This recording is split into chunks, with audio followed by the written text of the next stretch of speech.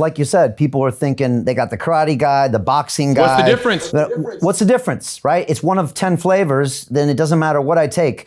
But you want to show them that there is a massive difference. Here's the deal. Yes, to understand why jiu-jitsu, because in terms of the track record, let's also speak about that. 100 years, Gracie, a Brazilian jiu-jitsu, since my grandfather and his brother started doing it in the early 1920s, we're nearing 100 years. No other martial art in the history of martial arts has shared or experienced the track record of success against other disciplines that jiu-jitsu has experienced, right? Jiu-jitsu has fought virtually every other martial art style on the planet and defeated all of them. The only people who stand a chance against jiu-jitsu are the people who adopt jiu-jitsu. But that's not true for any other martial art, because we fought against every single one of them successfully, and they get choked out in 1 minute, 2 minutes, 3 minutes, 12 minutes, invariably, even with no weight classes, we've proven, and that's why the UFC was such a big hit. That's why the US Army has officially adopted Gracie Jiu-Jitsu from the early 1990s. That's why law enforcement around the country are now adopting it, because the evidence is undeniable, the data is empirical, and that's why, and that's what I want to demonstrate is exactly what that is. So if you're good with it, Brian, I'd like to bring in our training partner and demonstration partner for the day. Evandro, come on in, please. We're going to back up a little so you guys can see us. You guys, this is Evandro. He's one of the head instructors here at Gracie University, and one of the most spectacular humans and most fascinating humans you'll ever meet in your life. So if you ever see him at the airport, sit down, talk to him. Not anytime soon because of COVID, but you guys know what's going down. You guys, hello guys. In order to understand why jiu-jitsu reigns supreme, you have to understand what's called the punch power scale.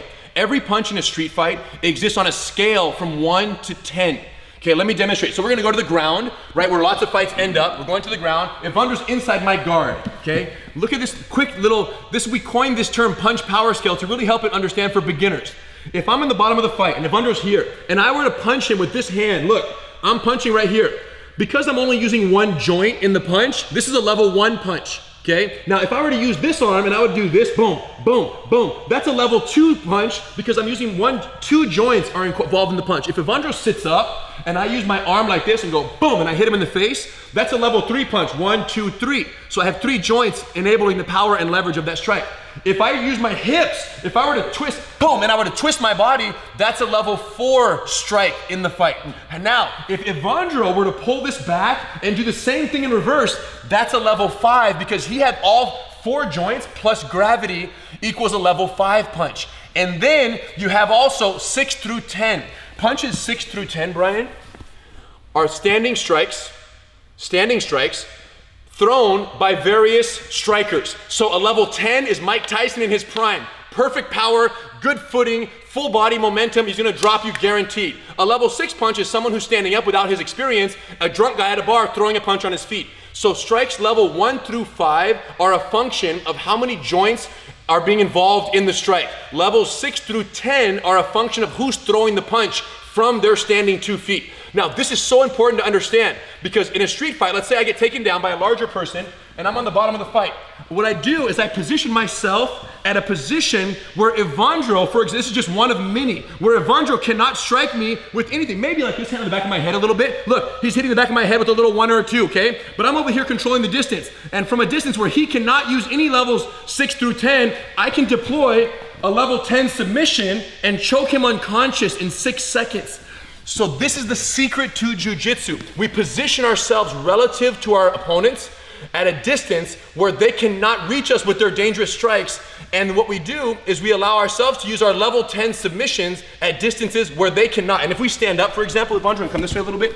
If we're standing, for example, every martial art that relies on striking, punching, and kick as their means of victory. Now, jiu-jitsu includes strikes, but not as an entire means of victory. Use it as distraction or setup or a timing for a takedown, but not standing there toe-to-toe trading punches.